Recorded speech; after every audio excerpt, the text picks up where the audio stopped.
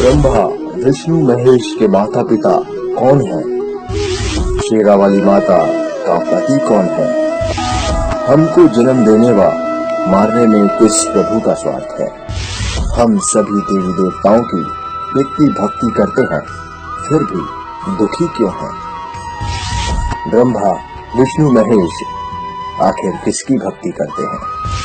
पूर्ण संत की क्या पहचान है एवं पूर्ण मोक्ष कैसे मिलेगा? परमात्मा साकार है या निराकार? दर्शकों, जगत गुरु संत रामपाल जी महाराज के अद्भुत अलौकिक सत्संग प्रवचनों ने हिंदुस्तान में ही नहीं बल्कि विश्व में एक आध्यात्मिक ज्ञान की क्रांति ला दी है। लाखों श्रद्धालुओं ने हमें इन सत्संगों के प्रसारण के लिए बधाई पत्र भेजे हैं। इसके साथ साथ कुछ श्रद्धालुओं ने कुछ शंकाएं भी हमारे को भेजी हैं। हमने उन सब श्रद्धालुओं की शंकाओं के निवारण के लिए संत रामपाल जी महाराज से भेंट की तथा महाराज जी से उन सभी शंकाओं का निवारण जाना, जिसकी जिज्ञासा हमारे दर्शकों में बनी हुई है। तो आइए अब जानते हैं परम पूज्य जगत गुरु तत्वदर्शी संत रामपाल जी महाराज से आपकी हर शंका का समाधान। महाराज जी, हमने सुना है कि आप जी श्री ब्रह्मा जी, श्री विष्णु जी, श्री शिव जी आदि देवताओं की पूजा छुड़वाते हैं, क्या ये उचित है? ब्रह्मा विष्णु महेश को हम छुड़वा सकते हैं? हम कोई बालक हैं? परमात्मा कबीर जी आदरणीय गरीबदास साहिब जी को सतलोक लेकर गए थे। वह सब सतीथि से परिचित करा कर ब्रह्मा विष्णु महेश की सतीथि से परिचित करा कर वहां पे छोड़ दिया। उसके बाद उन्होंने कहा था, तीनों देवा कमल दल बसे, ये ब्रह्मा विष्णु महेश, प्रथम इनकी वंदना फिर सुन सतगुरु उपदेश। उन्होंने कहा था कि तीनों ब्रह्मा विष्णु ये तीनों देवा कमल दल में बसते, हमारे कमलों में, इन दलों में अंदर रहते हैं, और प्रथम इनकी वंदना, ये मंत्र जो करते हैं इनकी साधना करते हैं, और फिर सुन सतगुरु उपदेश, सतगुरु के ज्ञान को सुनो और उसका पूरा कंप्लीट कोर्स लो, तब ये बात बनेगी। अब ब्रह्मा विष्णु महेश हमारे कोई दुश्मन नहीं है। कई कहते हैं कि आपके गुरु जी तो ब्रह्मा विष्णु महेश को छुड़वाते हैं। ब्रह्मा विष्णु महेश को हम छुड़वा सकते हैं? अब जैसे ऊर्ध्व मूलम अधः शाखम, ऊपर को जड़ वाला, नीचे को तीनों गुण रूपी शाखा वाला, उल्टा लटका हुआ संसार रूपी वृक्ष है। अब इसमें क्या है? ऊपर को जड़ता पूर्ण परमात्मा, नीचे को तीनों गुण रूपी संसार रूपी वृक्ष की शाखा है। तो क्या कोई शाखा को काट देगा बुद्धिमान व्यक्ति? पेड़ की शाखा को कोई काटने की कहेगा कि इसको तो फेंक दो काट के, फिर लटका के करेंगे बाकी का हम? तो कहने का भाव ये है कि जैसे परमात्मा कहा करते कि जैसे हमने भक्ति रूपी पौधा बीजना है और हम नर्सरी से कोई पौधा लाए, कैसे बीजेंगे? उसको गड्ढा खोदेंगे और उस गड्ढे में उसको जड़ों की तरफ से दबाकर मिट्टी में, फिर उस जड़ों की मूल की सिंचाई करेंगे। तो मूल की यानी जड़ की पूजा करेंगे हम, तो वो पौधा पेड़ बनेगा, उसकी टहनियां बड़ी बड़ी हो जाएंगी, तीनों गुण रूपी शाखा। तो उन शाखाओं का फल लगेगा, और फल के लिए हम सारा प्रोसेस अपना कर रहे हैं, फल प्राप्ति के लिए हम कर रहे हैं। तो हमने तोड़ने नहीं होते, हमने ऐसे करना है, अपनी way of worship according to the spiritual करना है, शास्त्रों के अनुसार करना। देखना, ये समझ लो हम एक पौधा लाए तो ये है बुद्धिमता। जड़ों को गमले में यानी मिट्टी में डाला, दबा दिया और पूजा शुरू कर दी, सिंचाई। ये जड़ कबीर परमात्मा है इस संसार रूपी वृक्ष की। अब ये हमने जड़ों को पूजना है। इन ब्रह्मा विष्णु महेश की पूजा नहीं कर, हम क्या कर रहे हैं? ऐसे कर रहे हैं। ये बता बालका वाला काम कर रखे हमने, हंसी नहीं आवे। हम ऐसी पूजा कर रहे हैं, उल्टा काम कर दिया हमने। ब्रह्मा विष्णु महेश को हम इष्ट रूप में पूज रहे हैं, गमले में ला दिए ब्रह्मा विष्णु महेश और ये पूजा कर रहे हैं। तो कोई क्या कहेगा? समझदार व्यक्ति ने घर सीधा कर ले इसने, और वो लड़े, हट जा दूर, खबरदार, तेने क्या कर दिया। अब देखो, जड़ छोड़ दी हमने, अब जड़ ऊपर रहेगी तो भक्ति रूपी पौधा सूख गया, ये यूजलेस है। ये शास्त्र विधि को त्याग कर शास्त्र विरुद्ध साधना है, ये उल्टा बीजा हुआ भक्ति रूपी पौधा। और हमने ऐसे करने को कहा तो इसमें इसकी पूजा करेंगे भगवान कबीर साहब की, फिर हमारे शास्त्र अनुकूल कर्म बनेंगे। शास्त्र अनुकूल संस्कार होने से ये फल ब्रह्मा विष्णु महेश ने देना हमारे को, क्योंकि यहाँ के ये प्रधान है, इविन का फल लगेंगे। अब इसका प्रमाण देते हैं। अपने आत्माओं परमात्मा ये कहा करते तुम साधना ठीक करो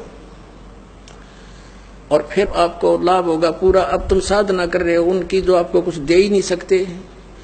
अब जैसे आप किसी फैक्ट्री मालिक की नौकरी कर रहे हो तो नौकरी उसकी कर रहे हो, आपकी हाजिरी लगकर तनख्वाह बनकर कैशियर के पास आती है, अकाउंटेंट के पास आती है। अब तनख्वाह तो देंगे अकाउंटेंट और वो कैशियर, लेकिन वो देंगे आपका वर्क डन, और वो भी उस मालिक की मजदूरी करोगे। तो यदि उस आप लागे अकाउंटेंट और कैशियर की जूते साफ कर उसकी प्लेट धोना, वह नौकरी दी छोड़ आपने, वो खाक देंगे आपको, जो कहें बाजत चाह बिना प्याओ टाइम पे। तो इसी प्रकार हमने पूजा तो करनी है, मजदूरी तो करनी, इष्ट रूप में तो पूजना परमपिता को कबीर साहब को, और फिर उससे बनेंगे हमारे शास्त्र अनुकूल जितने भी शुभ संस्कार फिर देंगे। यही यहाँ पर जब तक आप यहाँ रहोगे तो यहाँ के ये प्रधान है, इन्होंने हमारा वर्क डन देना है। जैसा कर्म करेगा फल देगा भगवान, इनका ये आखिरी विधान था।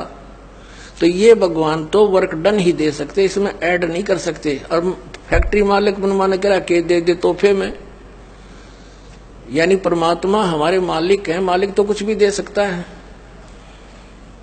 अब और थोड़ा सा दिखाते हैं क्योंकि कंसेप्ट इससे जुड़ा हुआ है। इस गीता जी अध्याय नंबर 3 के, ये श्रीमद् भगवद गीता अध्याय नंबर 3 के आपको दिखाते हैं श्लोक 10 से लेकर 15। ये देखिएगा श्रीमद् भगवद गीता अध्याय नंबर 3 के और श्लोक नंबर 10। प्रजापति ब्रह्मा ने कल्प के आदि में यज्ञ सहित प्रजाओं को रचकर कहा था, तुम लोग इस यज्ञ के द्वारा, यज्ञ माने धार्मिक अनुष्ठान, शास्त्र अनुकूल वृद्धि को प्राप्त हो। यह यज्ञ तुम लोगों को इच्छित भोग प्रदान करने वाली हो। 11वें में कहा है, यज्ञ के द्वारा देवताओं को उन्नत करो और वो देवता तुम लोगों को उन्नत करें। इस प्रकार निस्वार्थ भाव से एक दूसरे को उन्नत करते हुए तुम लोग कल्याण को प्राप्त हो जाओगे। 12वें में फिर कहा है, यज्ञ के द्वारा बढ़ाए गए देवता, बताओ देवता ने क्या हम पकड़ कर बढ़ावांगे, खींच कर बढ़ावांगे उन्हें। अब ये विधि बता रखी है कि शास्त्र अनुकूल साधना करने से, जड़ की पूजा करने से ये तीनों देवता रूपी शाखा बढ़ जाएंगी, बड़ी हो जाएंगी, फिर ये फल देंगे। देखिए यज्ञ के द्वारा, शास्त्र अनुकूल साधना के द्वारा बढ़ाए हुए यानी बढ़े हुए देवता, ये तीनों शाखाएं तुम लोगों के बिना मांगे ही इच्छित भोग निश्चित देते रहेंगे। उन देवताओं को दिए हुए भोगों को जो पुरुष उनके बिना दिए स्वयं भोगता है वह चोर है। अब क्या सिद्ध हो गया कि जैसे हम मूल की पूजा करेंगे, मूल की यानी जड़ की पूजा करने से टहनी बड़ी हो जाएंगी, ये देवता बढ़ गए, बड़े होकर ये फलों से लदपत हो जाएंगी, ये टहनी बिना मांगे देंगे अपने आप, क्योंकि हम मूल की पूजा कर रहे हैं तो अपने आप इनका बस की बात नहीं, देने पड़ेंगे फल हमारे को। आगे देखो, और जो फिर कहते हैं धर्म दान नहीं करते तो वो तो चोर हैं, वो फिर स्वयं भोगता है बिना गुण को दिए यानी बिना कुछ दान किए तो चोर है। 13वें में कहा है, यज्ञ से बचे हुए अन्न को खाने वाले श्रेष्ठ पुरुष सब पापों से मुक्त हो जाते हैं, और जो पापी लोग अपने शरीर पोषण के लिए ये अन्न पकाते हैं वे तो पाप ही खाते हैं। इसका कहने का भाव यह है, अपने आत्माओं यहाँ पर सतलोक आश्रम बरवाला जिला हिसार हरियाणा में पूरे विश्व में एक ये स्थान है जहाँ शास्त्र अनुकूल साधना होती है। अब ये क्या बता रहे हैं, यज्ञ से बचे हुए अन्न को खाने वाले श्रेष्ठ पुरुष संत संत यानी अच्छी आत्मा, तो सब पापों से मुक्त हो जाते हैं। हम सबसे पहले परमात्मा का भोग निकालते हैं, भोजन का भी, हलवे का प्रसाद बनकर आता वो भी, उसको भगवान के भोग लगाकर फिर शेष अन्न को वितरित किया जाता है। तो ये कहते हैं यज्ञ से बचे हुए अन्न को खाने वाले संत, साधु संत भक्त, यज्ञ से बचे हुए अन्न को खाने वाले संत है, यानी साधु संत भक्त आत्माएं, अच्छी आत्माएं सब पापों से मुक्त हो जाते हैं। अब कहने का भाव ये है कि यहाँ पहले भगवान को भोग लगा के शेष बचे हुए अन्न को उसके बच्चों को वितरित किया जाता है, वो महापाप नाशक बन जाता है। तो यहाँ आओगे तो सारी साधना मिल लगेगी आपने, तो सब पापों से मुक्त आप होगे। ज्ञान सुनोगे, धर्म यज्ञ, ज्ञान यज्ञ, प्रणाम यज्ञ, सारी यज्ञ, सब साधना, पूरा ट्रीटमेंट दिया जाएगा। फिर कहते हैं जो दान धर्म नहीं करते हो तो चोर हैं भगवान के। जिन हर की चोरी करी और गए राम गुण भूल, ते बिदना बागुल किए वो फिर झूले उल्टी झूल। कहते हैं जिन हर की चोरी करी, भगवान ने जो आपको दान दिया है, धन आपके संस्कार में, उसको आगे दान जो नहीं करता वो तो चोर बताया भगवान का। तो फिर क्या बताते हैं देखिएगा, आगे इसमें निष्कर्ष निकल रहा है। तीसरे अध्याय का हमने ये 13वां श्लोक पढ़ लिया।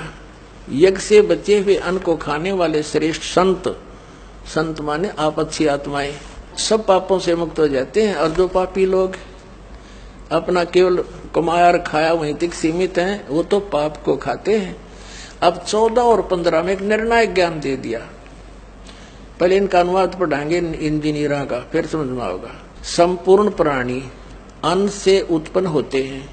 अन्न की उत्पत्ति वृष्टि से होती है, वृष्टि यज्ञ से होती है। यज्ञ इसका अर्थ शास्त्र अनुकूल कर्मों से जो होता है वो विहित कर्मों से उत्पन्न होने वाले हैं, यज्ञ यानी धार्मिक अनुष्ठान। और कर्म समुदाय को तू ब्रह्मो उद्भवम, इन्होंने ब्रह्म का अर्थ वेद कर दिया है। कोई बात हुई, ब्रह्म का अर्थ वेद कर दिया। ये लिखना था कि देखो हम यहाँ पर आए इस काल के लोक में, तो हमने कर्म करके ही मिलेगा, ना कति नहीं मिले। तो कहते हैं ये कर्म लगाए ब्रह्म ने बनाया विधान यहाँ का, और ब्रह्म की उत्पत्ति हुई परम अक्षर ब्रह्म से, उस परमात्मा से, सच्चिदानंद घन ब्रह्म से। इसका अर्थ तो ये है, लेकिन इन अज्ञानियों ने कुछ ज्ञान तो था नहीं, सारे उल्टे अडंगे अड़ा दिए। ये देखिएगा, कर्म समुदाय को तू वेद से उत्पन्न नहीं, ब्रह्म से उत्पन्न हुए। और ब्रह्म अक्षरम उद्भवम, अविनाशी परमात्मा से, यहाँ ब्रह्म लिखना था, ब्रह्म ये काल अविनाशी परमात्मा से उत्पन्न हुआ जान। इससे सिद्ध होता है कि सर्वगतम ब्रह्म, सर्वगतम माने सर्वव्यापी परमात्मा, सबका मालिक, सदा ही यज्ञों में प्रतिष्ठित है। वो इष्ट रूप में पूज्य है, वही प्रतिष्ठित है सभी यज्ञों में, उसको इष्ट मानकर पूजा करनी चाहिए। इसका निष्कर्ष ये निकल गया। अब हम उस परमात्मा को इष्ट मानकर पूजा करेंगे तो हमारी शास्त्र अनुकूल साधना होगी। और इसमें कहा है कि सारा जो शास्त्र अनुकूल साधना करने से हमारे शुभ संस्कार बनेंगे। ये भक्ति रूपी पौधा बड़ा होगा, ब्रह्मा विष्णु महेश के पास हमारे संस्कार जाएंगे, और ये बिना मांगे आपको देंगे, आपको बिना मांगे देंगे। जैसे फल लदपत हो गए टहनिया के, आप भी खाओ, रिश्तेदार भी ले जाओ, और पड़ोसी भी तोड़ ले जाओ, तो भी समाप्त ना हो। तो इतना इस प्रकार हमारा ये पूरा भक्ति क्रम पूरा होता है। तो हम आपको सबसे पहले परमात्मा ने कहा है कि तीनों देवा इन कमल दलों में बसे, ये ब्रह्मा विष्णु महेश, और प्रथम इनकी वंदना, और फिर सतगुरु उपदेश।